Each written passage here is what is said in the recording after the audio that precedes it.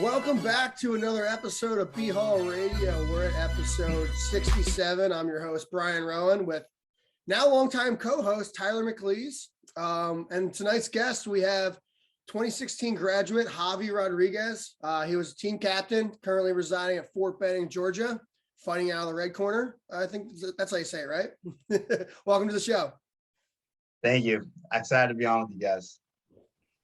Yeah, Brian, thanks for having me back. I'm glad to fill in where I can.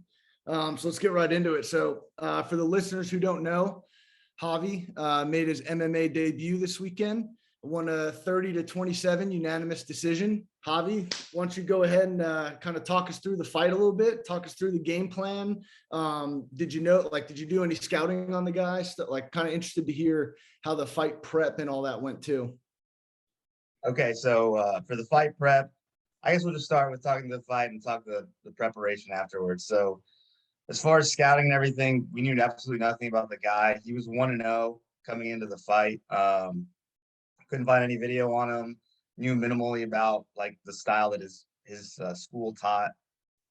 So we went in pretty not really knowing anything. You know, right before we went on, coach kind of peeked on him warming up, and he's like, "Hey, his striking is really good." So obviously for me, that's what you want to hear right before you fight. Yeah. But it was good because I definitely kept it in the back of my head. He's like, "Hey, striking's really good." He's like, "Make sure you set up your takedowns. Don't die for them, or else you're gonna pay for it." So I knew going in, I was like, "All right, let's start my setups," which was my game plan from the beginning. Kind of punching into takedowns, which is really like what our school teaches the best. So it worked for me, like already coming in with a solid wrestling background. My striking still has a lot of work, but I think I did a lot of work in the last 6 months on it, since I kind of started striking about 6 months ago with Muay Thai. But blending it in with the wrestling allowed me to definitely like fight at a much higher level. Yeah, his striking was very good. It was, but I think it took you like 4 seconds to get your first takedown, and then like maybe 7 more seconds after that for your second, and then did your coach count how many you had in total? Is that stat out there? No, I don't. I'd have to look back at to remember to like see how many, because all I remember was every time my team get up, I just like a couple punches back down the legs again. I think it was in the ballpark of like 37 across the 3 rounds. It might have been close to that, but it was a great fight. Like, kid was definitely tough. You never know, like going into amateur fight, like the background that the other person has. Most of the time you don't know, like sometimes this guy's been training for like 4 months, just want to fight. Sometimes you have guys who've been training for years before they finally like get into the cage. So, you know, it's very much unknown walking in there. Didn't really know till like right before, but adjusted and like definitely relied heavily on my wrestling to control the pace of the match from the beginning to the end. Did you know I heard them announce he was a 10th Planet guy? Because 10th Planet guys are all lower body, heel hooks, knee bars, ankle locks, things like that. Did you know that before?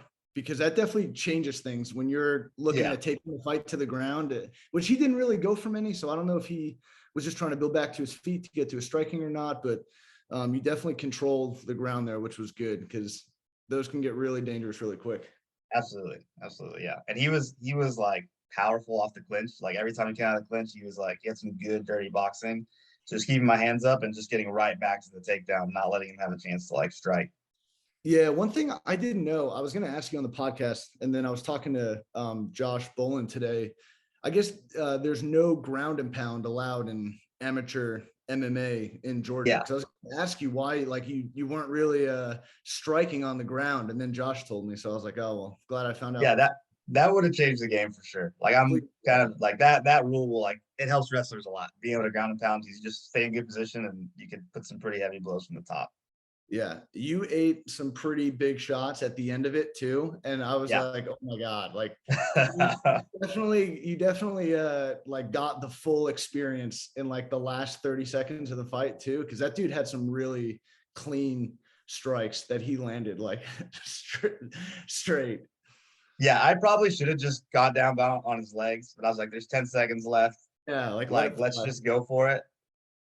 It was fun. It was probably stupid, but you know. I definitely got the full, experience on a debut with a pretty solid opponent. Yeah. So what's next? go ahead and use the platform. I know Kamaru Usman is probably looking for a fight. We got Jorge Ma. Who are we calling out next? Make sure you call them out too, because they're definitely gonna be listening in. Yeah, I'm sure they will. I'm sure they will. No, I mean, honestly, like right now with my schedule for 4th RTB, I mean, I just got to see like with the class schedule when I can fight again, because we had a pretty tight class schedule like right after leave, so not a lot of cycle breaks. So you're saying there's a chance? No, but I'll definitely be looking to fight again. We'll get more into that towards the end a little bit, because I have some logistical questions, kind of like balancing that and the Army and all this, but we kind of want to get into like your current events a little bit, and we'll dive into more a little bit later, but let's take it back to the beginning. Kind of talk about your journey, why you're choosing West Point. Florida's a long way away from West Point. How your recruiting process went. Talk us through kind of the days before West Point. So for me, West Point was like probably a long time dream since I was like 8 years old. Found out what the school was, told my parents I wanted to go there. Didn't start wrestling until like 8th grade, right before high school, a program with the school. And I fell in love with wrestling like right when I started. Through high school, it was my life. Didn't really go to like parties on Friday nights. I'd always like stay for like extra sessions. Like it was what I committed myself to. So through high school, like, keeping my grades up. Also, I knew everything I had to do to get into West Point. So doing all that stuff. And then, I knew like wrestling stuff. I definitely wanted to wrestle there, Division I program. So I worked hard in wrestling. Senior year, won states, and then went to Virginia Beach, and Coach Young came out there. And then my second match, it was me, and it was Bethea, who was at the time, he was a state champion from New Jersey. We went in, won by 1 point, 12-13 in the last like 10 seconds of the match. Pretty much after that, Coach Young came up to me and was like, "Hey, like, we'll get you in. We'll get you a slot." So that was like, I think April. So it was pretty close to the end of the school year. I was on the waiting list for West Point, so it was like kind of like toss up whether I was going to get in. And then that day, a little while later, I got my appointment and started at West Point that summer. That's a really late timeline. I mean, I want to say that's like the latest one I've heard, but like that's up there. I guess rewinding from that, you start wrestling in 8th grade. How was your development early on? Like some people start out in 8th grade and they're terrible, and then other people they start out and then like they're placing at the state tournament like a year later, and you're like, wait, what? How was your development kind of early on? Starting the sport so late. So for my development, I started out. I was always I was pretty tight starting out. Tight wrestler. Like it took me a while to get like fluid in my stance and to like shoot off my takedowns. I was, for an 8th grade, like I came in wrestling pretty good shape, so I was pretty strong for like a freshman wrestler. But definitely my first year is a struggle. Just getting the technique down, diving in on a lot of shots. First year was just a lot of learning. But at that summer, like after that, learned all those lessons, and by my sophomore year, made it to state. And then by my junior year, I was starting to like really clean up my wrestling. I had a really good coach from Ohio who came in right at the end of my freshman year. He used to work at the Jordan camp every summer, and he really helped like just take the basics and foundations of my wrestling to the next level. Nice. So like winning a state title your senior year, like did you feel like you had a lot of pressure on it? Like you weren't committed to a school? Were you like, I got to win a state title because that's what's going to get me to West Point? Or is that like your mindset? My mindset was really like, I got to win the state title and I got to place at national. I was like, I gotta really show. I knew at nationals was where, they'd be watching. Like Florida obviously isn't like super well known for wrestling, but I'd always traveled like after season to try to wrestle in other states. And going into my senior year, like I was pretty confident in like what I'd built up just in like my trust and like the fundamentals I had developed, that I could, do well at nationals. I knew if I did well there, then I could really like secure a spot. Obviously it was late, coming into college, but I knew like if I could do well at nationals, I could really make sure I get in.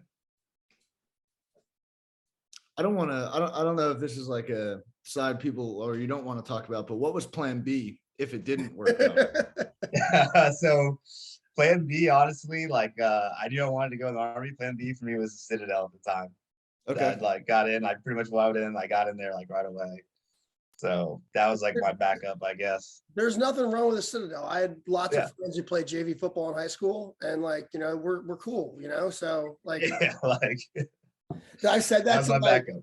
I said that to like several Citadel grads. That's like my go-to phrase, Citadel or VMI, dude. And they get like really upset, but everybody else like thinks it's so funny.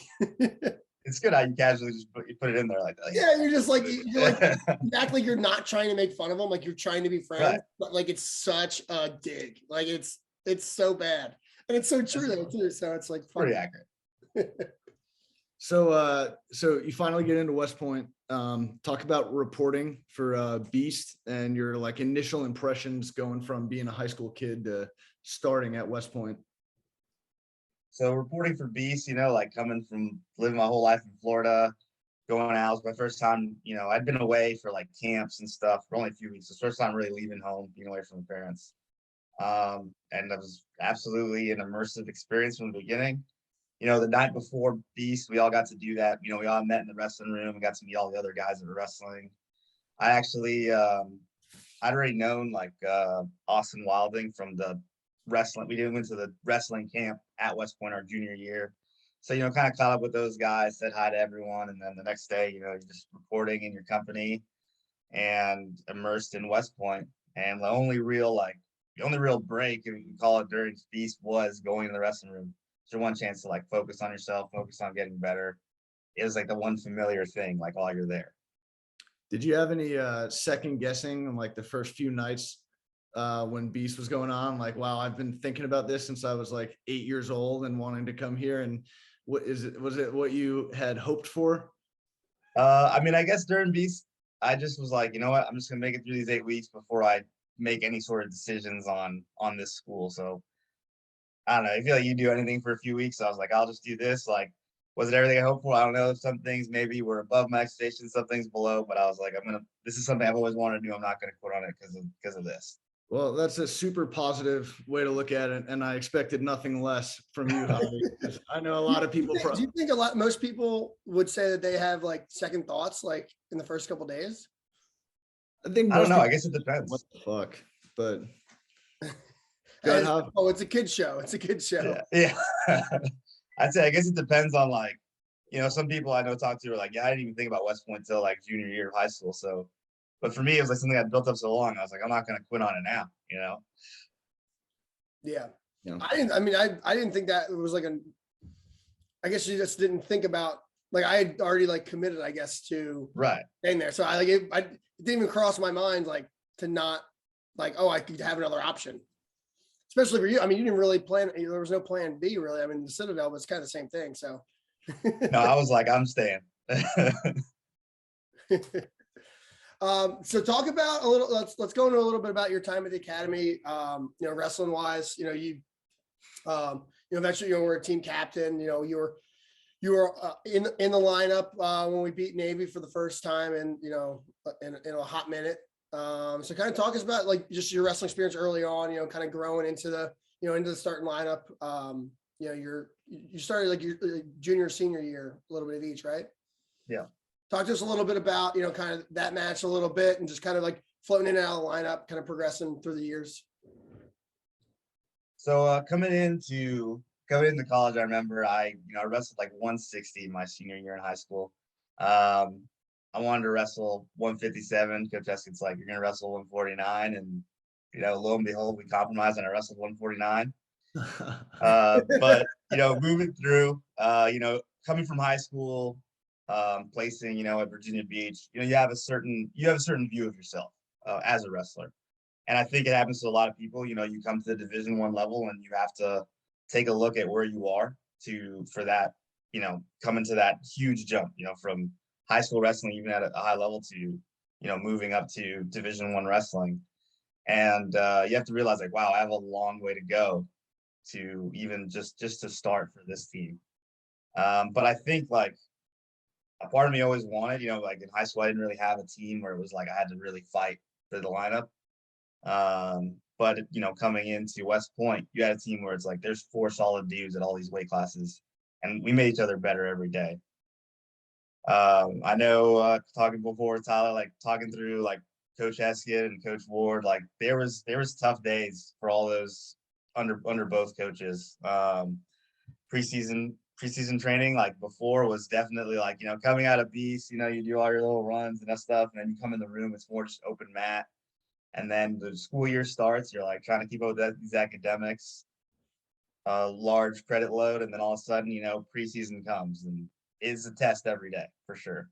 That was probably a bigger daily test than Beast. It was like, man, like, you're in the school and, you're already in West Point. Like a lot of guys, you have to stay on the team to keep your scholarship. But like you see guys walk away and like they seem like they have a nicer life, but you have to really, keep focused on your goals and be like, this is what I want to do. Because every day in the wrestling room, whether it's preseason or during season, there's usually a test almost every day. Yeah, and those early the preseason days in the Heskett era was a different like kind of workout. I won't say like one was better than the other, but they were definitely different.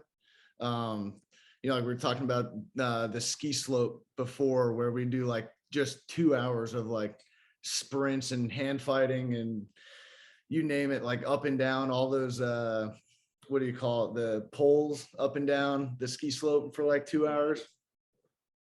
Yeah, I don't know if all those workouts were pre-planned or if coach just kind of like watched the team and just went till he could see like the pain in our eyes was at the level he wanted. But it was definitely a test every day during preseason.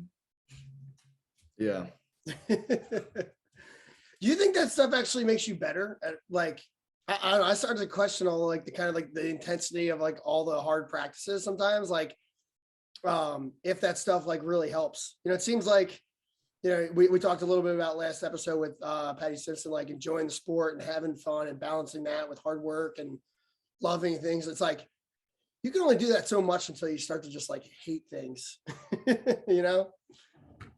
think we were walking the line. I think there were times in preseason where you're walking the line because you're, a lot of days you're not really even on the mat. It's just like pure pain, like whether it's at the stadium or on ODI Hill or the ski slope days. And it was like every single day, like throughout the week. So I think we were definitely walking the line. There's something to be said about like mental toughness training for sure. I don't know if we got more out of it or we like wore down the athletes more. It's hard to say. I'll tell you though, one thing on the positive end is having been removed from the program for a few years and being in the Army now, I think most people can attest to the fact that they have never had a day in the Army that's even remotely close to as hard as like 1-2 hour preseason workout, like not even close. Like I would regularly leave the wrestling room and be like, that was definitely the hardest 2 hour practice session workout of my entire life. And I haven't said that since I've left the wrestling room. So for better or for worse, not saying it's the right answer, but that is the fact, at least in my own life. And I think that some of the other guys from the room could probably say the same thing. Definitely a measuring stick for the rest of your life. I agree. And I guess there's a lot to be said for that because I agree with you. Like, I don't think I've ever had the thoughts, especially like for a whole week, day in and day out, like every single day being that hard, really wearing you down like that. Never anything like that. Preseason at Army wrestling. So talking more about like intensive practices, Tyler's talked a lot about in the past about the one practice in particular where you guys pretty much just fought each other. Let's hear about that. Do you remember who your partner was that day and who you were fighting? I guess Tyler kind of set the stage a little bit more about the practice in case some of the listeners don't remember that from the previous episode or weren't listening. Yeah, How probably knows it too. As soon as I'll start talking about it, but it was like the 45-minute grind match day, and then like 20 minutes in, 25 minutes in, it was just literally 45 minutes live with one partner, no break, no like one takedown, switch partner, just 45 minutes, no points. And coach like Heskett stopped it and just made us 1-man, 2-man it up, and then was like 1 man punch 2 men in the face And everyone was like, wait, like what? Is this like serious? So Hav, I'll kick it over to you and let you kind of talk your experience with that practice. To be honest, like I could not remember. Like I remember that practice pretty vividly, like just the overall structure of it and like how painful it was. I can't remember if it was Matt Kelly or Mark. I know I wrestled with those two guys a lot, both those seasons. But I do remember that it was a pretty painful workout, and there was absolutely no technique. It had absolutely nothing to do with wrestling at that point. There was nothing on there that was like, all right, well, we're trying to like keep you to have your technique while you're tired. It was absolutely pure. Coach Eskett's mind at that point was like, we just got to develop aggression on the team. And it was literally just what Tyler said. It was like, we're going to punch the guy in front of you in the back of the head as hard as you can. And then he's going to punch you as hard as you can. And that was it. There was no other technique or like you could wrestle your way out of it. It was just like, you have to take and give punishment as best as you can. Take and give punishment as best as you can. Fortunately, they don't award many points for that nowadays. So yeah. Yeah. That's funny. I guess talk about it from your perspective a little bit, the transition with Coach Haskett and Coach Ward coming in. We've heard it from a few guys, in the past. What year was that when you guys had when he came in? 14, I think. The 14. What year were you guys? We were cows going into cow year. We were coming into our junior year. Yeah. So what was that transition like for you? I guess, first impressions, kind of talk through that a little bit. So, going into we all got that text. I think it was in the summer right before we came back. Hey, we're going to have a new head coach next year. I think Coach Young sent it out to all of us, if I remember correctly. Yeah. And so none of us really knew what to expect. We didn't have a bio on Coach Ward or anything. It's just like, hey, you're getting a new coach. You guys are starting in a couple of weeks, coming back from summer training. And, but right away, his focus was absolutely on the wrestling from day one and on developing the team into a winning team. He just had the mentality of like, I understand there are a lot of obstacles here. Like everyone sees, there's different things that the Army wrestling team deals with than, Cornell, Penn State, or Iowa. But his mentality was like, I'm not going to allow that to be an excuse. I know he knew, and he does. He absolutely knows the recipe to build a winning team. And he came in and I think he really got the most out of all the wrestlers on the team. He had a way of leading the team and just a way of structuring practices that really got the most out of the team. And I wouldn't say he worked us any more or less than Coach Heskett, but it was different for sure. And I think the way that he pushed the team got the most out of every wrestler on the team. So it was definitely like a culture shift. He was really good at individualized feedback, like pulling guys off to the side and really coaching them based off their style, their own mental games they were struggling with. And I think the whole coaching staff, obviously when your leader, like everyone started embracing that mentality. So the room became like that. It became very focused on everyone improving individually, not so much as like no more team punishments, no more that kind of stuff. And I think it was punching each other in the face. No more punching each other in the face. Like preseason workouts were still hard, but they were all like, I don't know, it seemed more planned out to me at least. But overall, his like wrestling progression and the way he structured practices and workouts and everything, I think it was obviously you can see like Coach Ward's taking that team like over since we've left to just new levels. Like I've no doubt that Army wrestling is going to soon be, seen in, in the top 20 in the NCAA tournament every year, just the way he's taking that program. I don't think there's any limit on where he could take the program. And I think his first year, our junior year, was the first year we had beaten Navy in a while, right? Yep, it was the first year we beat Navy. Yeah. I think since 90. It's a little while since we beat them, but you bumped down to 49 like midway through that season, right? And then was starting the back half of the season. They call it. Yeah. So I did. I went. So after my freshman year, I wrestled 49. I went to 57 my sophomore year, and then about halfway through, we had Russ Parsons, like one of the top recruits, and wrestling at 157. And Coach Ward's like, "You're going down to 149. You're going to start." So I think it was on the way back from UPenn. He was like, "You're going down to 49 in 2 weeks." So I had 2 weeks to like get myself down there. The cut was, as I remember, it was not a great time. I was like, but I knew it was a sacrifice, and I knew it was what was best for the team and best for me. So I kind of sucked it up, did it, and I finally, got to start at 149 that year. And I don't know, I was from there, that's really when I started to, I think, reach new levels in my wrestling that year. Yeah, and you started that Navy match and won, right? Yeah, I was the last match for the school. It was like the closing for the Navy match. We started at 57, ended at 49. So it was like right when I finished, like the whole stadium was like erupting because like we won. I think when I went in, we already like pretty much secured the victory because we won by so many points that year. But it was cool to be the last match, and then right after, everyone came on the mat.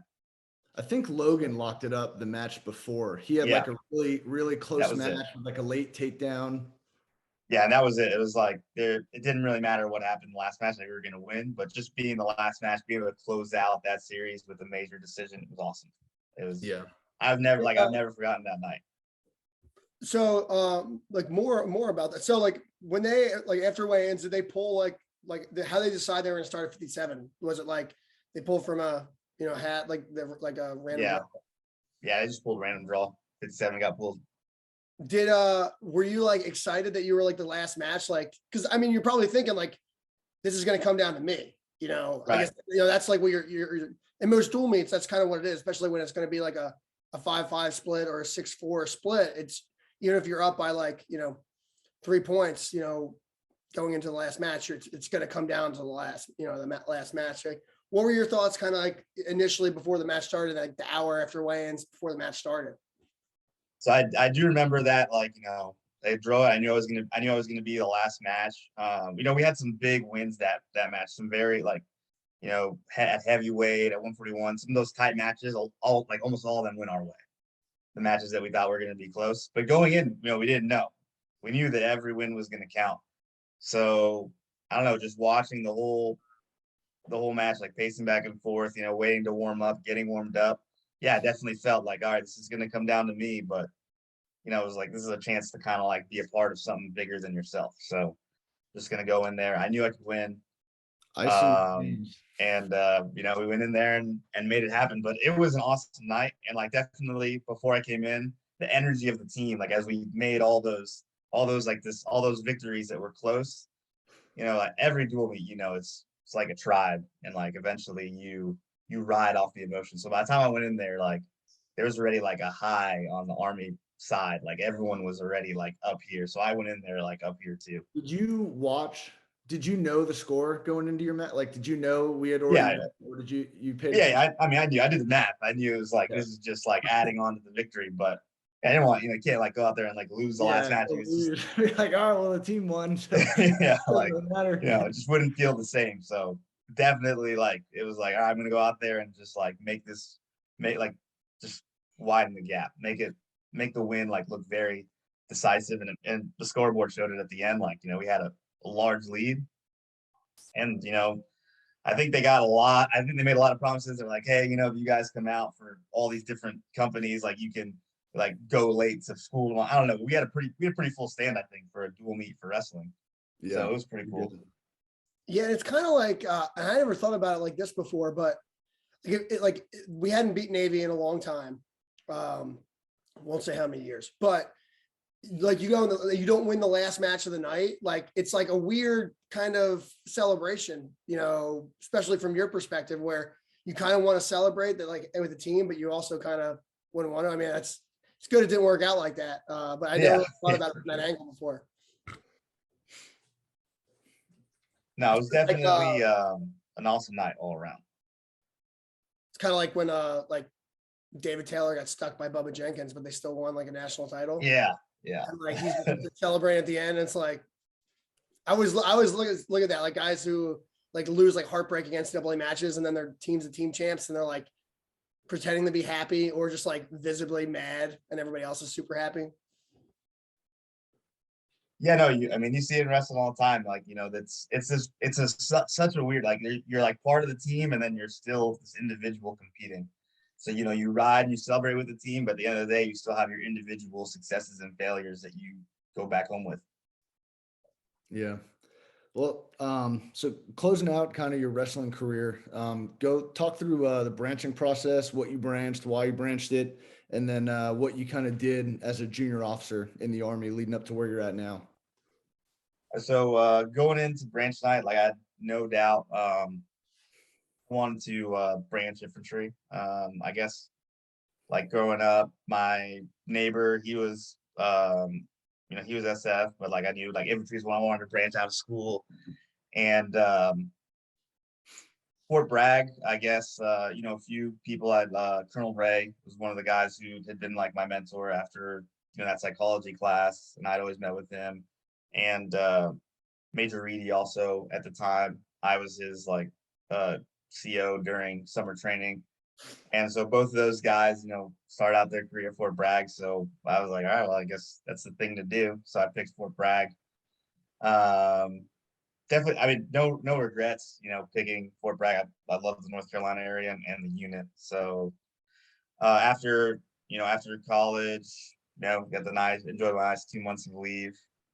That was a good time, like just kind of decompressing. I mean, it was long, 47-month experience. So it was great to like decompress for a while before starting out your career. And then, you get IBOLIC into Ranger school and then airborne school.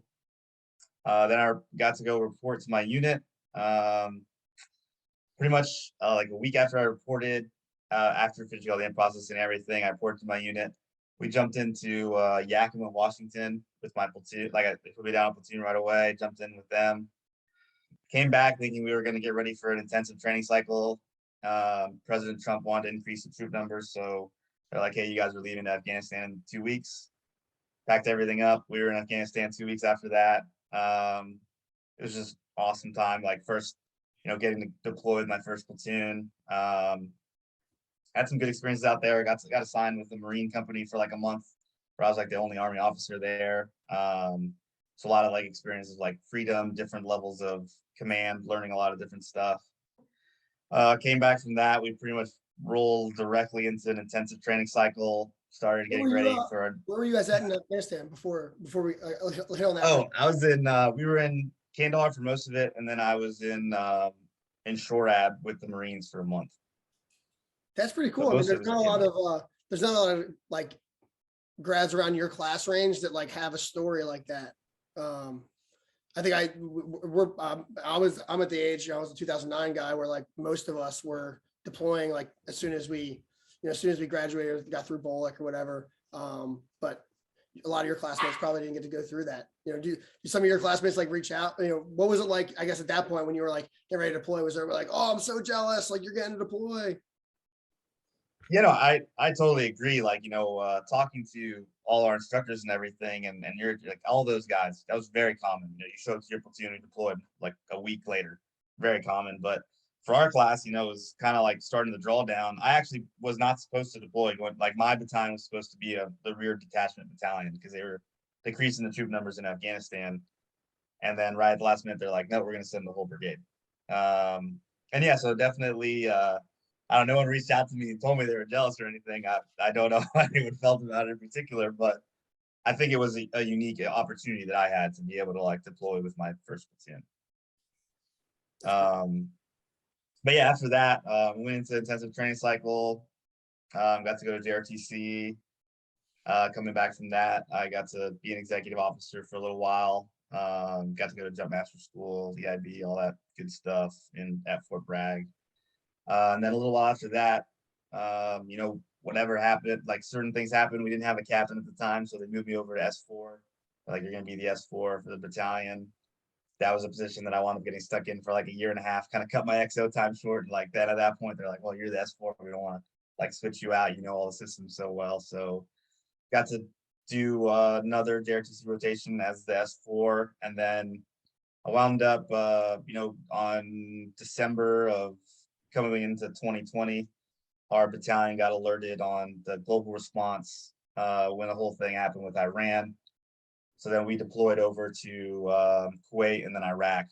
That would have been, you know, 2020 during that whole IRF thing. So that was actually a pretty unique experience also, because IRF hadn't been called up by emergency notification since like the late 80s.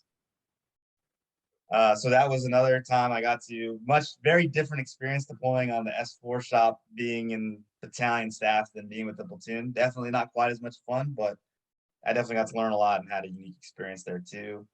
Did it add a lot? Did that add a lot of stress? I mean, being an S4, that probably added I would think that adds a lot of stress. You know, there's a lot of logistics involved in moving people that quickly.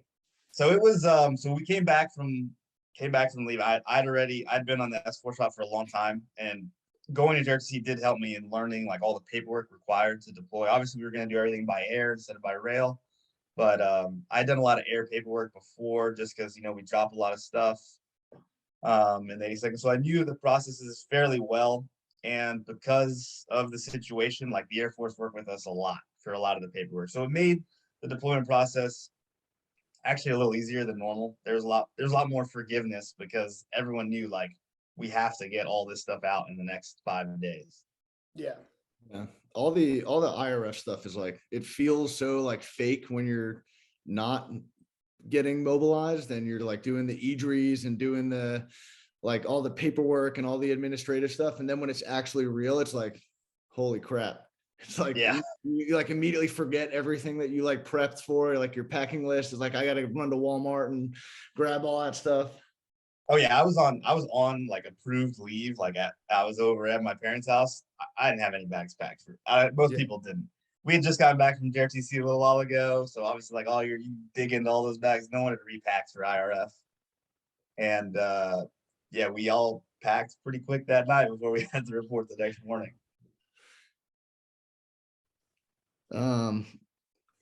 So you went to end up going to Triple C, and where are you at now? Yeah, so I'm in 4th Ranger Training Battalion right now. I just started the certification process back in mid-November. Takes like 60 to 90 days, just a lot of classes memorized, a lot of different stuff to do to get certified before you can start teaching in front of students. So I'm kind of finishing up that process right now. So you haven't graded any push-ups yet?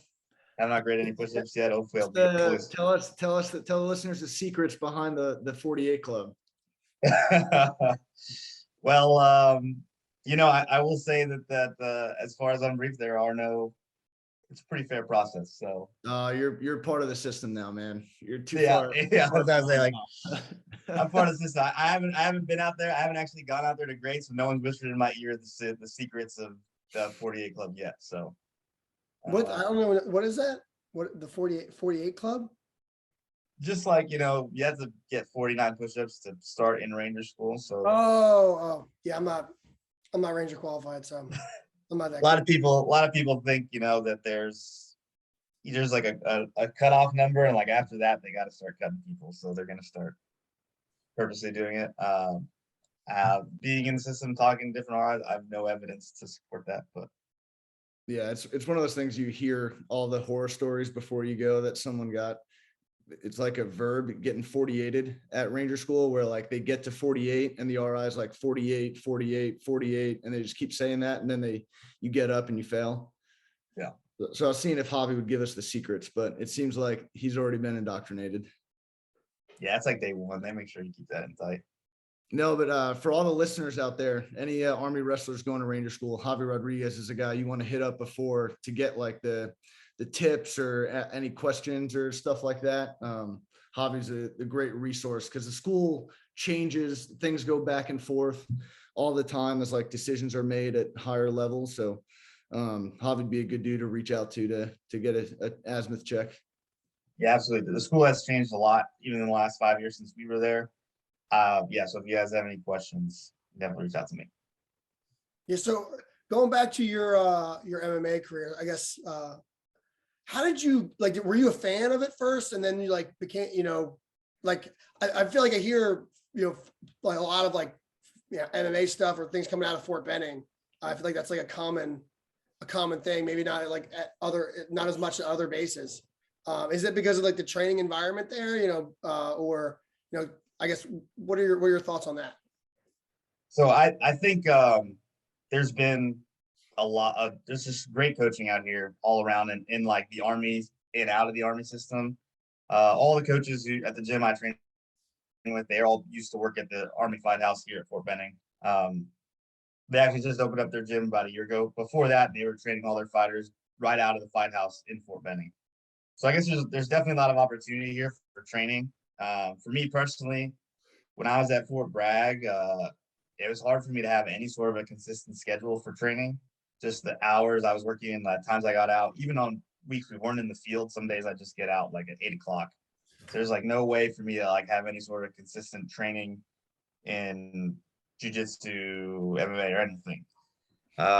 Coming over to Triple C was when I first was like, hey, like I did a little bit, I actually did a little bit back at Bragg, a little bit of jiu-jitsu, and then we got shut down within a month or two because of COVID.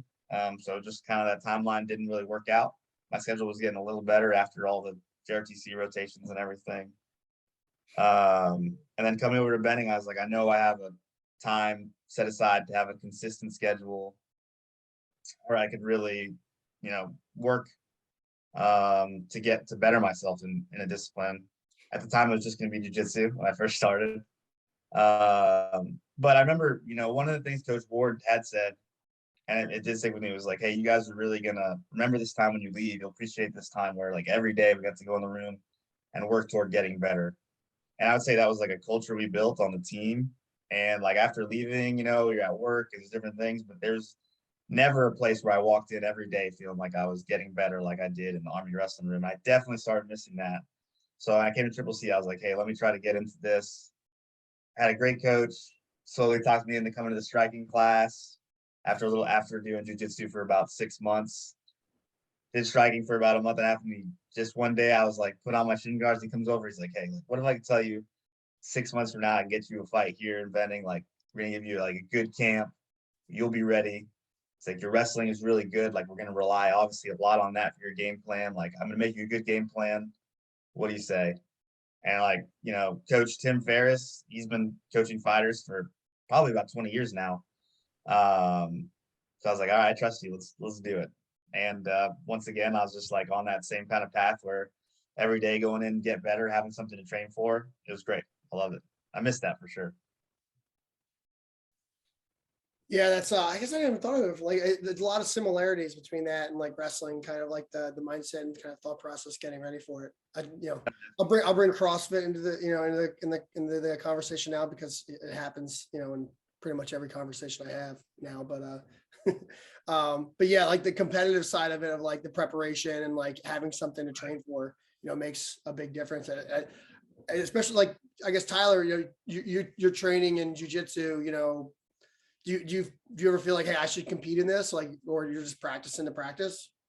I always, whenever I talk to a wrestler who's done wrestling, or you meet guys in the Army that have wrestled, I always tell them to get into jiu-jitsu, because I call it gentleman's wrestling, because you can go one night a week, 2 nights a week, whatever your schedule fits, and you train as hard or as easy as you want, but you're still on the mat, you're still active, you still get to scrap if you want to scrap. And then there's competitions every month in jiu-jitsu that are available. And I'm sure that's how Javi went down that slippery slope of getting back into jiu-jitsu, getting his feet wet. And then he gets really excited beating people up in jiu-jitsu. And he's like, hey, I can throw some punches too.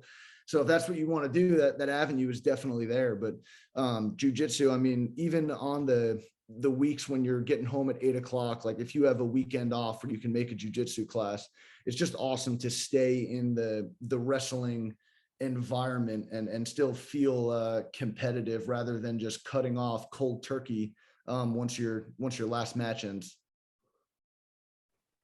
Yeah, Absolutely. I definitely agree with Tyler. Like I was away from a little while from competing and from that world, and man, after a few years, I definitely missed it.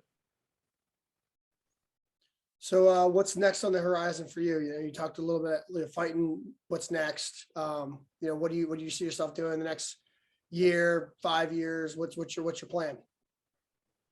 So as far as fighting, like I'm definitely something I'm going to stick with. Kind of one of those things, just going to go in every day and try to get better. Once they put that film up, I'll watch the film of my last fight. Same thing as wrestling, trying to improve on all your weaknesses. professionally, I think after this, I'm interested. I've started my packet to go try to work for the FBI. So that's what I want to work for next. So hopefully, after leave, I'll be finishing up my packet and submitting it, and hopefully get a date for Quantico sometime in 2022 or 2023.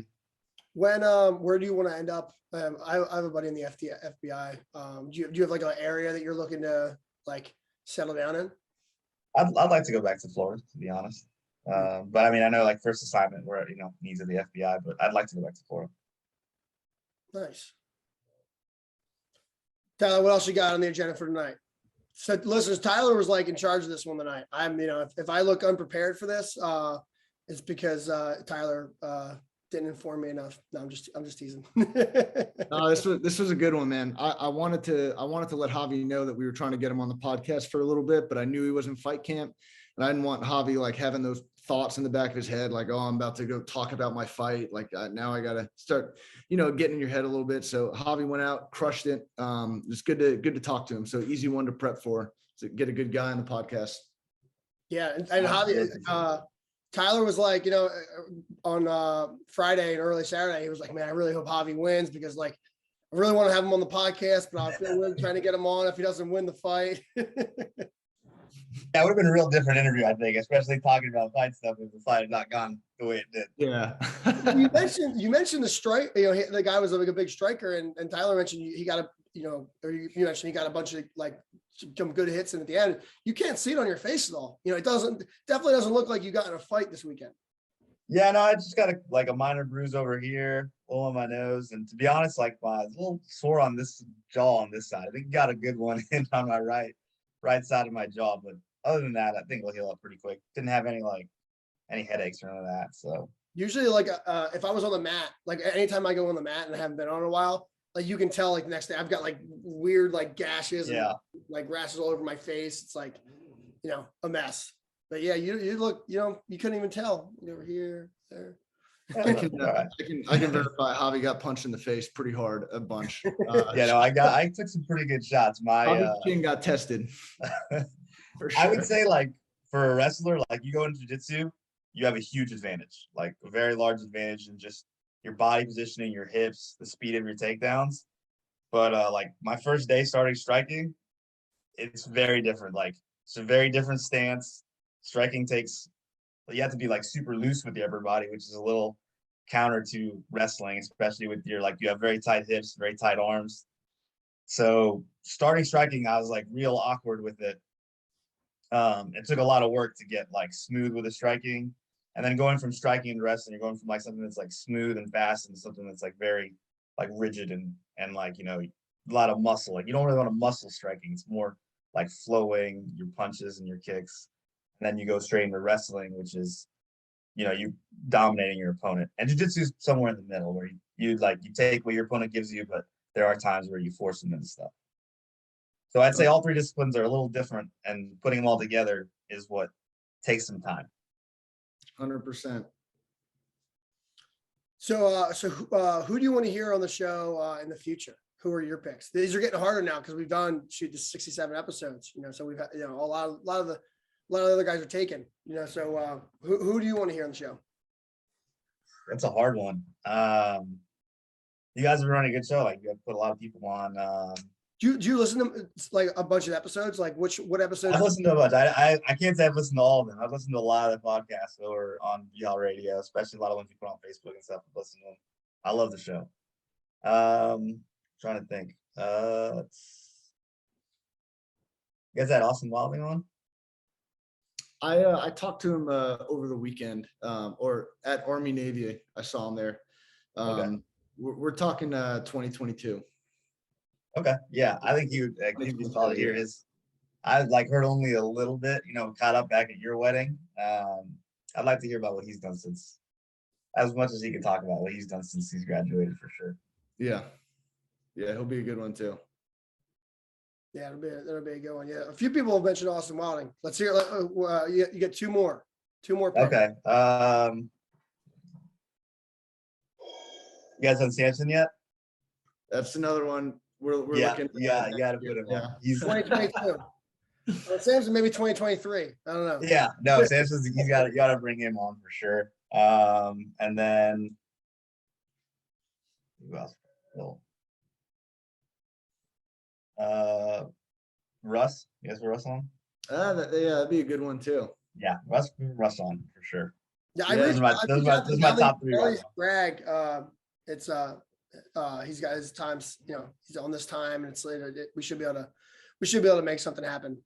I reached out to. I was actually going back out because I was like, I've talked to Javi like before. I went to our Facebook conversation, and I was like, man, Javi, he I was running that wrestling club in North Carolina. I was like, man, I tried to get Javi out there a bunch. He's just way too busy, to. Yeah, my schedule, Bragg, I really want to come out, especially whenever Coach Ward came down. I was gone both times. I was like so disappointed about that one too. Yeah, those. Man, I look back, it feels like a lifetime ago when I lived in North Carolina doing that stuff. Yeah. I was looking at like the messages I sent. Like I sent these like lengthy messages, like basically like a sales thing. Like we're trying to get all these, grads or wrestlers into this wrestling camp that we're doing. It was funny because I think about the way I was like selling it then, like trying to get everybody involved. It was so different. Like now we have like the BHAW radio page. It's like, if I were to do that now, it'd be like really easy to get 20 people to just like come to a wrestling camp. Oh yeah, what you built is like, wow, it's amazing. It actually is very impressive. Like what BHAW Radio has become from like day one all the way now, 67 now. 67. Yeah, it's wild. Tyler, do you got anything else before we wrap it up? No, man. Javi, good to hear from you, man. Good to see you again, as always. Thanks, Tyler. It's great talking to you. Brian, thanks for having me on. I really appreciate it, guys. Yeah, it was a lot of fun. See you guys. Army.